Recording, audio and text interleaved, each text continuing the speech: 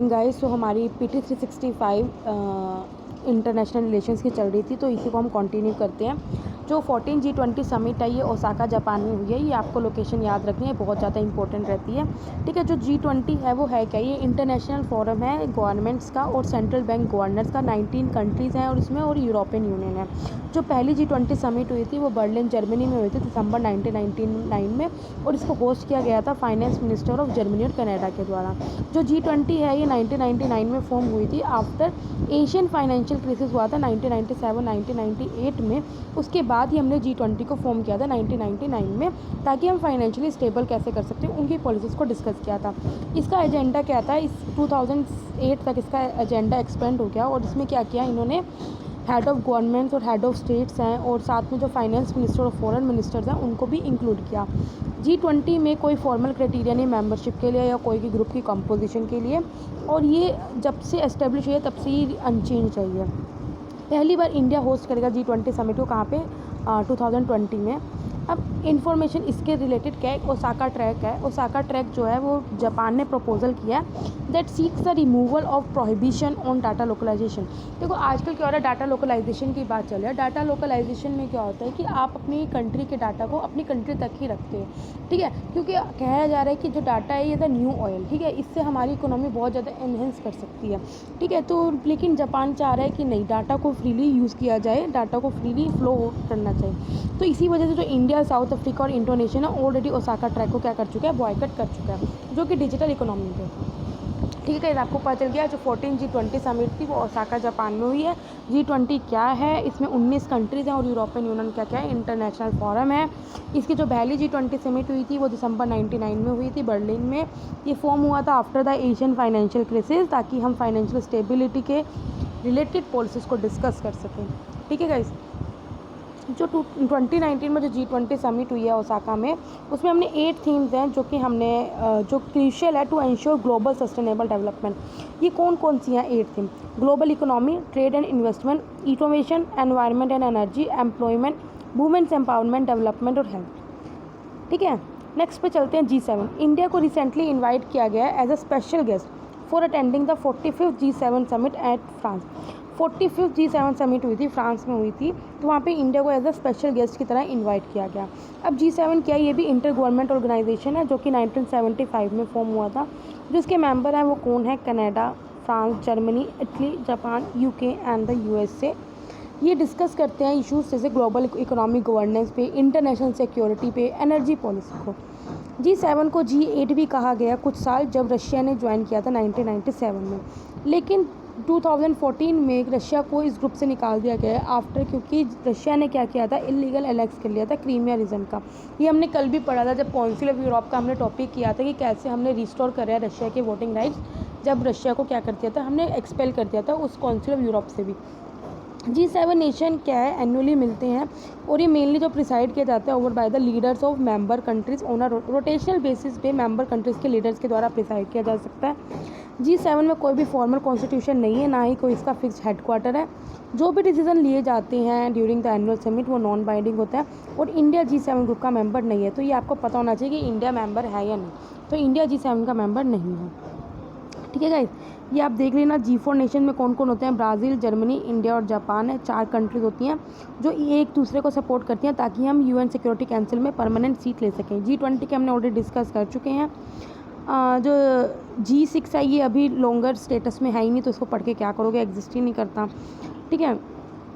G77 भी क्या है? ये कॉलिशन है 134 डेवलपिंग नेशंस का, जो डिज़ाइन हुआ था promote its member collective economic interest को हम क्या कर सकें, प्रमोट कर सकें, ठीक है गाइस। चलो नेक्स्ट न्यूज़ पे चलते हैं। ब्रिक्स 11 ब्रिक्स समिट हुई थी, कहाँ पे हुई थी? ब्राज़ील में हुई थी, जिसका थीम था economic growth for an innovative future. तो वहाँ पे अडॉप्ट किया गया ब्राज़ीलिया डिक्लेरेशन। एक मिनट रुकिए गाइस, ये ना थोड़ा पीछे कंस्ट्रक्शन चल रही है तो बहुत ज़्यादा डिस्टर्बेंस हो रही है, मैं दूसरे रूम में जाती हूँ, एक मिनट। ब्रिक्स समिट की बात कर रहे थे, तो 11 ब्रिक्स समिट हुई है, वो कहाँ पे हुई है? ब्राज़ील में हुई है। जिसका थीम था economic growth for an innovative future. वहाँ पे अडॉप्ट किया गया ब्राज़ीलिया डिक्लेरेशन। अब ब्रिक्स क्या है, जो ये न्यू दिल्ली ब्रिक्स जो शब्द है वो 2001 में ब्रिटिश के इकोनॉमिस्ट थे जिम ओनील, उन्होंने कॉइन किया गया था। इसको जो ऑफिशियली 2006 में बनाया गया था, इसके अंदर जब शुरू में 4 कंट्री थी, ब्राज़ील, रशिया, इंडिया और चाइना, तब उसे हम ब्रिक बोलते थे, ठीक है। हाईवर इसकी जो फर्स्ट समिट थी वो रशिया में हुई थी 2009 में। 2010 में इसका 5th मेंबर साउथ अफ्रीका ने इसे ज्वाइन किया, तब से इसको नाम के क्या बुलाया जाता है, ब्रिक्स। क्या अचीवमेंट्स है ब्रिक्स की, देखो जब ये ट्रीटी साइन हुई थी, देखो 2014 में एक ट्रीटी साइन हुई थी, एक समिट हुई थी ब्रिक्स की समिट, कहाँ पे, फोर्टालिजा में हुई थी। तब हमें 2 आउटकम आए थे, तो न्यू डेवलपमेंट बैंक का हमने क्या किया था, सेटअप किया था, और दूसरा हमने ब्रिक्स का कॉन्टीजेंट रिजर्व अरेंजमेंट सेटअप किया था। अब न्यू डेवलपमेंट बैंक क्या है, ये ब्रिक्स कंट्री का एक खुद का बैंक है। इसमें क्या करती है, हर कंट्री, हर मेंबर कंट्री इक्वली कंट्रीब्यूट करती है और इक्वली वोटिंग राइट्स होते हैं। ब्रिक्स के कॉन्टीजेंट रिजर्व अरेंजमेंट हमने सेटअप किया था। इसमें क्या है कि अगर किसी भी कंट्री को शॉर्ट टर्म अगर लिक्विडिटी अगर उनके पास कम पड़ जाए तो उसकी डिमांड चाहिए, तो वो क्या करती है, ये जो कॉन्टीजेंटल रिजर्व अरेंजमेंट है ये प्रोवाइड कराता है, ठीक है। इनिशियली जब इसको फॉर्म किया तब इसका साइज़ $100 बिलियन था। एक वुमेंस बिजनेस अलायंस भी लॉन्च किया था ब्राज़ीलिया 2009 में, ताकि हम बिजनेस इश्यूज़ पे एक न्यू पर्सपेक्टिव लेके आ सकें। अब देखो ब्रिक्स जो नेशन है ना, 5 नेशन, ये एक तो 42% ऑफ द वर्ल्ड की पॉपुलेशन को कॉन्स्टिट्यूट करते हैं, 23% ऑफ द वर्ल्ड जीडीपी को कॉन्स्टिट्यूट करते हैं, और 30% ऑफ द वर्ल्ड के टेरिटरी को क्या करते हैं, कंसिस्ट करते हैं, ठीक है। तो ये बताया ब्रिक्स का कितना ज़्यादा इंपॉर्टेंस है, पॉपुलेशन को देखा जाए, अगर जीडीपी को देखा जाए और टेरिटरी को देखा जाए उसके अकॉर्डिंग। शंघाई कोऑपरेशन ऑर्गेनाइजेशन, जो शंघाई कोऑपरेशन ऑर्गेनाइजेशन की कंट्रीज़ हैं, अभी क्या है 19th एससीओ समिट हुई थी, कहाँ पे, किर्गिस्तान की कैपिटल बिशकेक में। क्या है 19th, गाइस ये आपको याद रखना है कि कौन सी समिट किस जगह पे हुई है, आपको लोकेशन तो याद रखनी ही रखनी है, ठीक है। और थोड़ा सा उसके बारे में भी डिटेल्स की, कब फॉर्म हुआ वो ऑर्गेनाइजेशन, ठीक है, क्योंकि ये बहुत ज़्यादा इंपॉर्टेंट है, ठीक है। हाँ, तो 19th एससीओ समिट हुई थी कहाँ पे, किर्गिस्तान की कैपिटल बिशकेक में, वहाँ पे अडॉप्ट किया गया बिशकेक डिक्लेरेशन, ठीक है। जैसे ब्रिक्स में ब्राज़ीलिया डिक्लेरेशन, क्योंकि वहाँ ब्राज़ीलिया में हुई, तो ये बिशकेक में हुई, तो बिशकेक डिक्लेरेशन क्या क्या अडॉप्ट किया गया। अब शंघाई कोऑपरेशन ऑर्गेनाइजेशन है क्या, ये यूरेशियन की पॉलिटिकल, इकोनॉमिक और मिलिट्री ऑर्गेनाइजेशन है। इसका जो हेडक्वार्टर वहाँ का है बीजिंग, चाइना में, याद रखना। जब एससीओ बना था तो मेनली ये 5 कंट्रीज से बना था, China, Russia, Kazakhstan, Kyrgyzstan, Tajikistan. 1996 में बना था।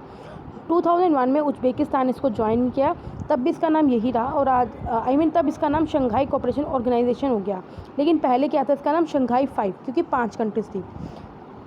अभी फ़िलहाल शंघाई कोऑपरेशन ऑर्गेनाइजेशन की 8 कंट्रीज हैं, इंडिया भी इसका मेंबर है। इंडिया, पाकिस्तान, चाइना, रशिया, पहले तो ये आपको इजी नाम याद रख लो, India, Pakistan, China, Russia, Kazakhstan, Kyrgyzstan, Tajikistan, Uzbekistan. Total 8 countries हैं इसकी जो परमानेंट है।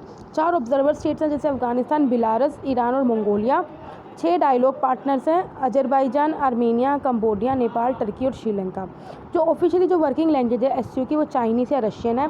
2 परमानेंट बॉडीज है इसकी, एससीओ सेक्रेटरीट है जो कि बीजिंग में है, और एक एग्जीक्यूटिव कमेटी है, रीजनल एंटी टेररिज्म स्ट्रक्चर, जो कि ताशकंद में है। अब एंटी टेररिस्ट स्ट्रक्चर तो ऑफकोर्स ये टेररिज्म के अगेंस्ट काम करता है, ठीक है। इसकी जो हाईएस्ट डिसीजन मेकिंग बॉडी होती है वो है council of head of the state. जो इसकी फिलोसफी है उसको शंघाई स्पिरिट बोलते हैं, जिसका नाम है which emphasize harmony working by consensus, ताकि हम एक दूसरे के रिस्पेक्ट करें, एक दूसरे के कल्चर को रिस्पेक्ट करें, किसी की कंट्री के इंटरनल अफेयर्स में इंटरफेयर ना करें, ठीक है, और एक हारमोनी को मेंटेन करके रखें, ठीक है। ये इनकी मेंबर कंट्रीज आप देख लो, ठीक है। India, China, Russia, Pakistan, Uzbekistan, Kazakhstan, ठीक है, किर्गिस्तान कहाँ गया भाई, ठीक है, ये आप देख लेना, ठीक है। इसमें 8 कंट्रीज़ हैं टोटल। आगे बढ़ते हैं नाटो। अभी नॉर्थ अटलांटिक ट्रीटी ऑर्गेनाइजेशन हुई है, जो कि समिट हुई थी कहाँ पे, लंदन में हुई थी। कहाँ पे हुई थी, लंदन में हुई थी, नाटो की नॉर्थ अटलांटिक ट्रीटी ऑर्गेनाइजेशन, जिसमें मार्क किया है 17th एनिवर्सरी। जो नाटो बना था वो नॉर्थ अटलांटिक ट्रीटी के तहत बना था 1949 में। जो नॉर्थ अटलांटिक ये बॉडी ऑर्गेनाइजेशन है, ये इंटर गवर्नमेंट मिलिट्री अलायंस है। क्या है, इंटर गवर्नमेंटल मिलिट्री अलायंस है 29 नॉर्थन अमेरिकन और यूरोपियन कंट्रीज़ का। इसमें क्या है, ये सिस्टम कॉन्स्टिट्यूट करता है कलेक्टिव डिफेंस का। इसमें मतलब ये है कि अगर किसी पे भी एक कंट्री पे अटैक है, इसका मतलब वो एक कंट्री पे नहीं, वो सब पे अटैक है, ठीक है। तो ये इसका ये है कि N armed attack upon one shall be considered an attack upon them all. जो से नाटो का हेडक्वार्टर है वो बेल्जियम में, हारेन, ब्रसल्स में, ठीक है गाइस। आगे चलते हैं कॉमनवेल्थ। मालदीव्स ने अभी रीजॉइन करा कॉमनवेल्थ को। अब कॉमनवेल्थ में टोटल कंट्रीज़ कितनी हो गई? 54। कॉमनवेल्थ क्या है? ये पॉलिटिकल एसोसिएशन है 54 मेंबर स्टेट्स का। ये मेनली इसमें 54 मेंबर स्टेट्स वही रह चुकी हैं जो ब्रिटिश की किसी टाइम में कॉलोनीज थी। ठीक है, जो 2 कंट्रीज़ लास्ट जिन्होंने ज्वाइन किया कॉमनवेल्थ में वो रवांडा और मोजाम्बिक है, जिसकी कभी कोई हिस्टोरिकल टाइज नहीं रही ब्रिटिश एम्पायर का। जो भी मेंबर स्टेट्स हैं कॉमनवेल्थ की, उन्हें वैल्यू और प्रिंसिपल जो भी कॉमनवेल्थ से चार्टर है उन्हें सब्सक्राइब करना होगा, including a commitment to development of free and democratic societies and the promotion of peace and prosperity. जो इसका ऑर्गेनाइजेशन का जो चीफ इंस्टीट्यूशन है वो कॉमनवेल्थ सेक्रेटेरिएट है, जो फोकस करता है गवर्नमेंटल के एक्सपेक्ट्स पे और कॉमनवेल्थ के फाउंडेशन पे, जो फोकस करता है non governmental relation between the member states.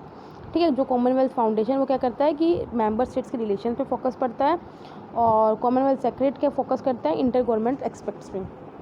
जब इसे ओरिजिनली क्रिएट किया था, देखो वैसे 1949 में, ये देखो वैसे जो करंट जो कॉमनवेल्थ की हम बात कर रहे हैं वो लंदन डिक्लेरेशन 1949 से कॉन्स्टिट्यूट हुआ था। ठीक है, और इसका जो establish the member states at free and equal, free हैं जो भी मेंबर कंट्रीज़ हैं वो फ्री हैं और इक्वल है। लेकिन जब ओरिजिनली जब फॉर्म हुआ था तो ये ब्रिटिश कॉमनवेल्थ के नाम से हुआ था। बाल्फोर डिक्लेरेशन के अंडर 1926 में imperial conference and formalize by the UK through the state of Westminster in 9। आपको ये याद करने की कोई ज़रूरत नहीं, आपको इससे कोई लेना देना नहीं, ये पुरानी बात है। ठीक है, जो भी मेंबर स्टेट्स हैं उनको कोई लीगल ऑब्लिगेशन नहीं है एक और दूसरे पे। Instead they are united by English language, history, culture and their shared values of democracy, human rights and the rule of law. जो कॉमनवेल्थ मेंबर कंट्रीज़ हैं वही खुद चूज़ करते हैं कि कॉमनवेल्थ का हेड कौन होगा। इंडिया भी कॉमनवेल्थ का मेंबर है। आपको पता होना चाहिए 1949 में इंडिया मेंबर बन गया था। जब हम कॉन्स्टिट्यूएंट असेंबली का चैप्टर पढ़ा है हमने, उसमें आप पढ़ना कि कॉन्स्टिट्यूशन, आराम से पापा आराम से। नेक्स्ट करते हैं organization of the petroleum exporting country. जो इक्वाडोर है उसने अपनी विड्रॉ कर ली मेंबरशिप कहाँ पे? Organization of petroleum exporting countries. ये आपको नाम से पता चल रहा है, जो भी पेट्रोल एक्सपोर्ट करती है ये उन कंट्रीज़ का क्या एक ऑर्गेनाइजेशन है। देखो ये इंटर गवर्नमेंटल ऑर्गेनाइजेशन है जिसका ऑब्जेक्टिव यही है कि जो मेंबर कंट्रीज़ हैं वो एक दूसरे के साथ कोऑर्डिनेट करके चलें, यूनिफाई करके चलें, जिससे क्या है जो पेट्रोलियम के प्रोड्यूसर्स हैं, जो पेट्रोल प्रोड्यूस करती हैं कंट्रीज़, वो फेयर और स्टेबल प्राइस उनका सिक्योर कर सकें और रेगुलर सप्लाई रखें पेट्रोलियम की टू कंज्यूमिंग नेशन, और उन्हें फेयर रिटर्न पे मिल सके कैपिटल की to those investing in the industry. समझ में आ गया काम क्या है? ये आपको समझ में आ ही गया होगा। और पीसी के कंट्री का काम यही है ऑर्गेनाइजेशन का कि फ्रीली मतलब कि सप्लाई होती रहे पेट्रोलियम की और फेयर और स्टेबल प्राइस रहे किसके? पेट्रोलियम के। जो OPEC है इसका जो हेडक्वार्टर है वो कहाँ पे? वीना ऑस्ट्रिया में है। ठीक है, ये 1960 में सेटअप किया गया था ऑर्गेनाइजेशन बगदाद कॉन्फ्रेंस के थ्रू। इसमें कौन कौन से मेंबर्स हैं? ईरान, इराक, कुवैत, सऊदी अरब, वेनेजुला, ये इसके फाउंडिंग मेंबर्स हैं।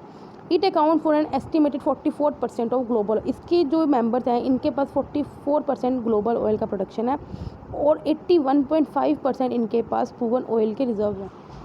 मतलब कि वर्ल्ड के 82% तो ऑयल रिजर्व इन्हीं कंट्रीज़ के पास है। ठीक है गाइस, तो ये आप देख लेना OPEC के मेंबर्स। ठीक है, ये कुवैत, इराक, अल्जीरिया, वेनेजुला में ये पेट्रोलियम के लिए बहुत ज़्यादा वो है, इसमें एक वो है लेक है। ठीक है, उसके लिए फेमस है। जीनिया, ग्रेबोन, एंगोलिया, कोंगो, नाइजीरिया, सऊदी अरब, ये सारी कंट्रीज़ यहाँ OPEC की मेंबर हैं। आगे पढ़ते हैं आर्कटिक काउंसिल। इंडिया को भी री इलेक्ट किया है as an observer to the Arctic Council. अब आर्कटिक काउंसिल होती क्या है? एक सेकेंड। जो आर्कटिक काउंसिल है वो 8 आर्कटिक स्टेट्स के द्वारा इस्टेब्लिश की गई थी through the Ottawa declaration of 1996। 1996 में ओटावा डिक्लेरेशन के थ्रू आर्कटिक काउंसिल को एस्टेब्लिश किया गया था। इसमें 8 मेंबर्स हैं, देख लेते हैं। Canada, Denmark, Greenland, Finland, Iceland, Norway, Russia, Sweden and the USA। ये कोई फॉर्मलाइज ट्रीटी नहीं है इंटरनेशनल लीगल एंटिटी, और ये ना ही किसी सोर्सेज को एलोकेट करती है। 6 ऑर्गेनाइजेशन है वो अपने indigenous people of the Arctic region को बताते हैं कि उनको ग्रांट किया है status of permanent participants in this country, in this council. देखो इसका क्या काम है? ये जो आर्कटिक काउंसिल है ये इंटर गवर्नमेंटल एक फोरम है जो इश्यूज डिस्कस करती है जो भी आर्कटिक रीजन में है, जैसे साइंटिफिक रिसर्च को लेके, पीसफुल और सस्टेनेबल यूज़ ऑफ रिसोर्सेज को लेके। हाईवर रिसोर्सेज को एलोकेट नहीं करती, लेकिन कैसे हम वहाँ के रिसोर्सेज को सस्टेनेबल यूज़ करें पीसफुल मैनर में और साइंटिफिक रिसर्च को कैसे कैरी आउट करें उसके बारे में डिस्कस करते हैं।